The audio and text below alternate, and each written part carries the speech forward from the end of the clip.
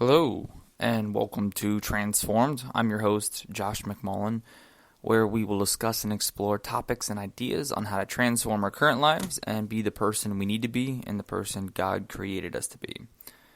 So today's episode, I want to kind of focus on negative thinking. I think oftentimes it's one of our biggest hurdles, right?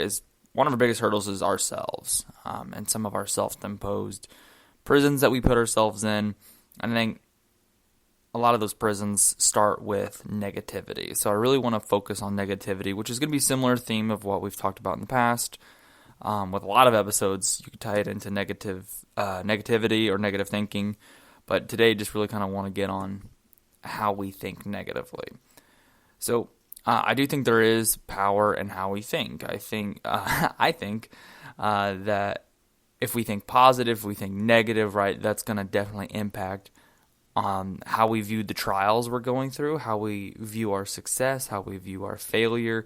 Do we have the get back on the horse mentality? Do we kind of just sit there and wallow in our self-pity over the issue? Do we think it's the end of the world? How we think impacts really how we behave in situations. So there's a book that I really like. It's called It Takes What It Takes by Trevor Moawad. He talks in detail about how we think. He kind of takes a psychology, sports approach with it. I think he's actually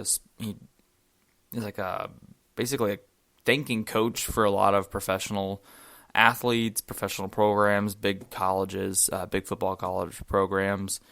But he makes a point about positive thinking. Sometimes it doesn't always work, but negative thinking works 100% of the time, meaning negative thinking is extremely effective on destruction and really playing your downfall. But positive thinking might not be as beneficial as lifting you up and all having complete 100% success, but the negative thinking does. So a couple examples he gave about how even some negative thinking is destructive. Almost kind of like you're speaking a self-imposed prophecy in a way where if you say something out loud, you might actually breathe truth into it, and you might end up living it out because that's what you believe, right? If you're saying it out loud, you're thinking about it a lot, and then you're probably going to end up doing it. And he gave, again, two pretty dark examples. At least one's dark and the other one's just unfortunate. So Pete Maravich was a basketball player. I think he played for LSU in the 50s or 60s. And he had a quote of, I don't want to play 10 years and then die of a heart attack at age 40, which is exactly what happened. He played 10 years in the NBA and then died of a heart attack at age 40. And then the other popular one, and a lot of people know it, is Bill Buckner.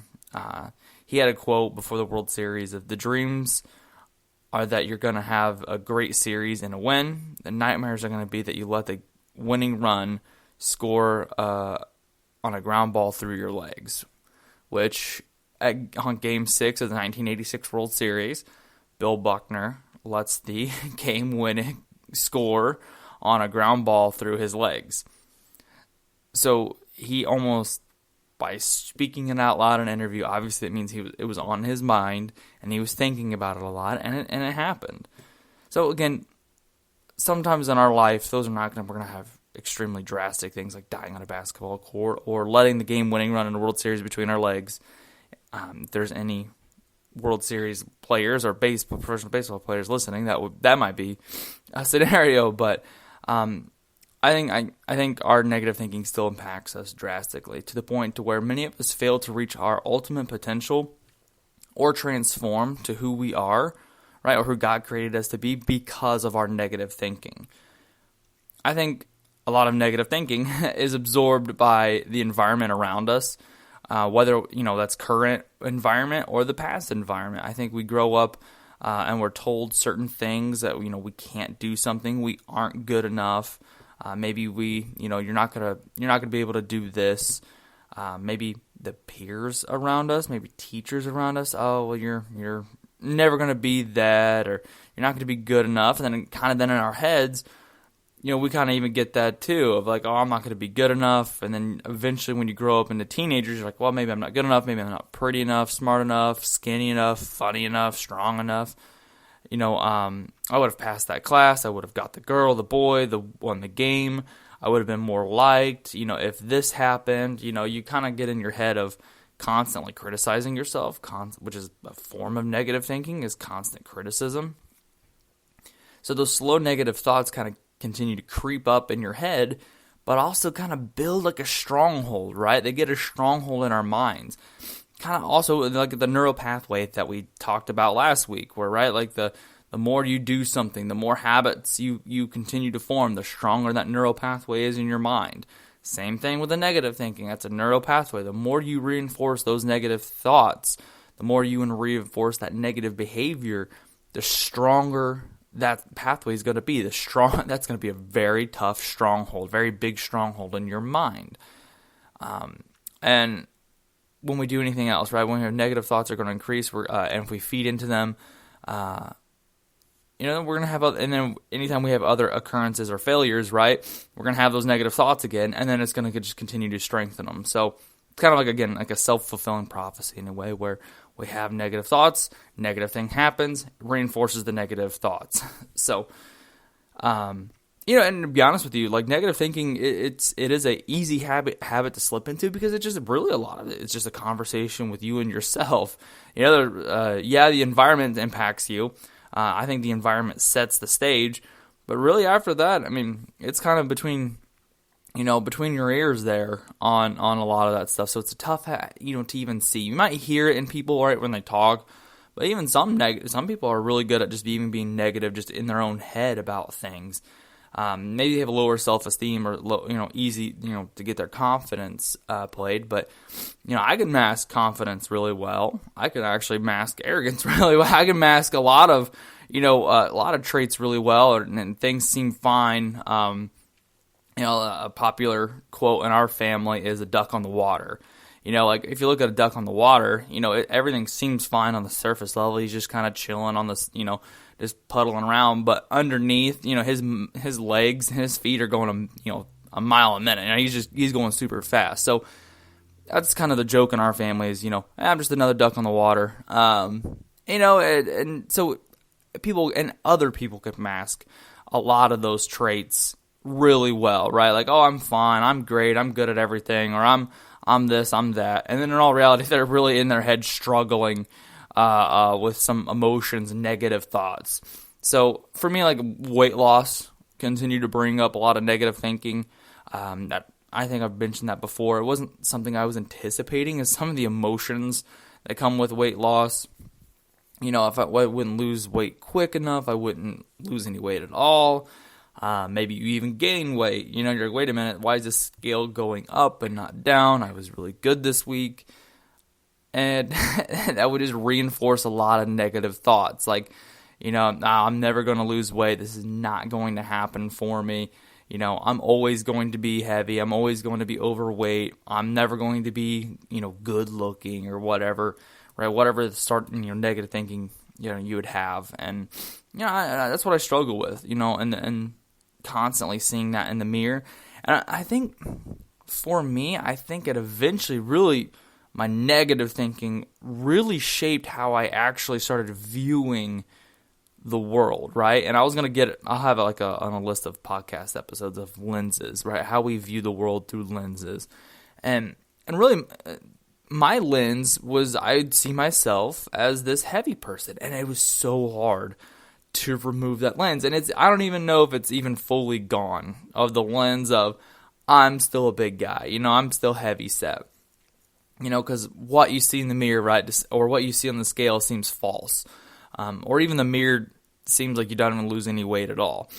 And there's a movie, Central Intelligence, where The Rock and his character was a heavy kid in high school and becomes The Rock, right, super ripped, and but he looks at himself in the mirror and still sees his heavy set self.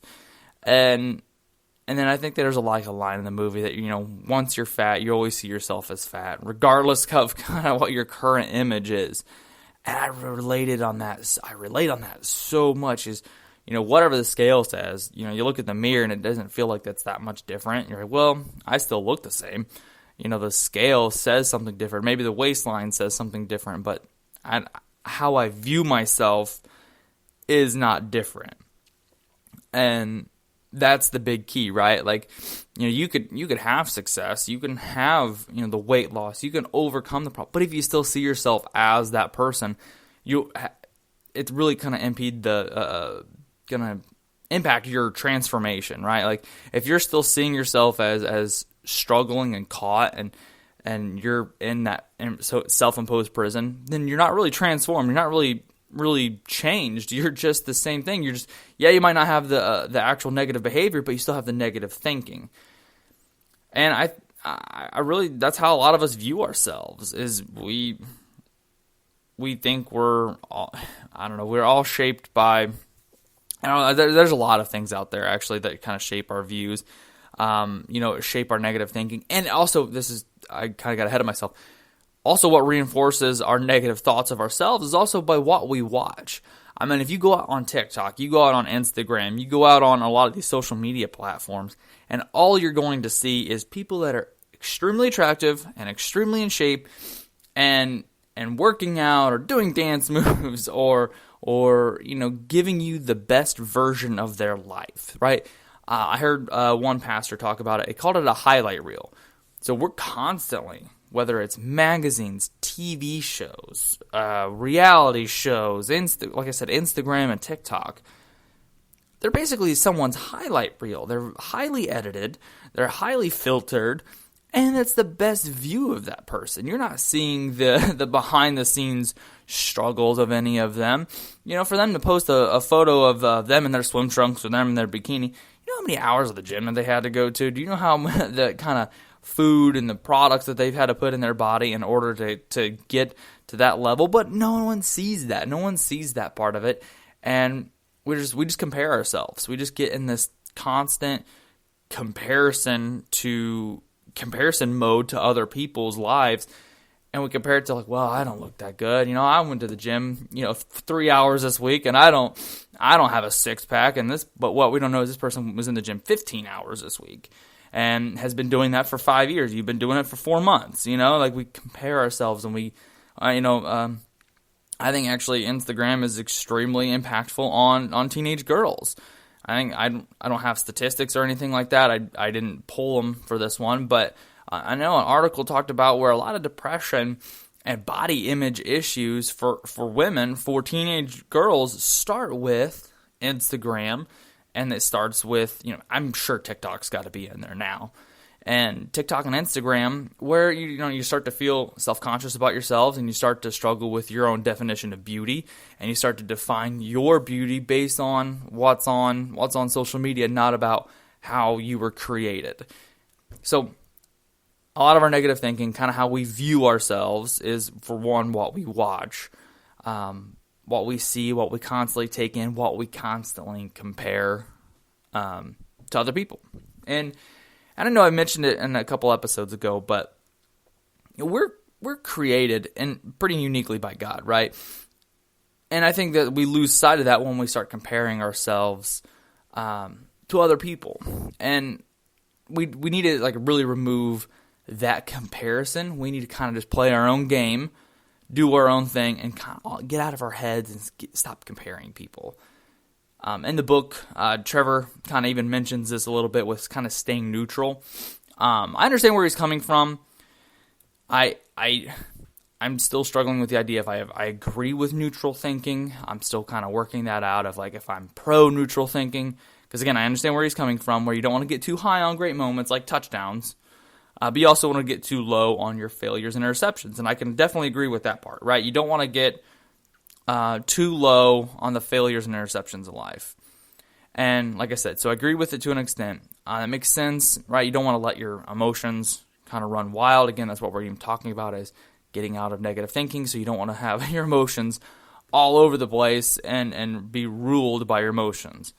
So I agree with that. You want to keep your touchdowns, celebrations to a minimum. You want to keep your interceptions and feeling horrible about yourself, to a minimum, which is really, I guess, kind of where, like, if you look at the yips, where a lot of that comes from, right? You start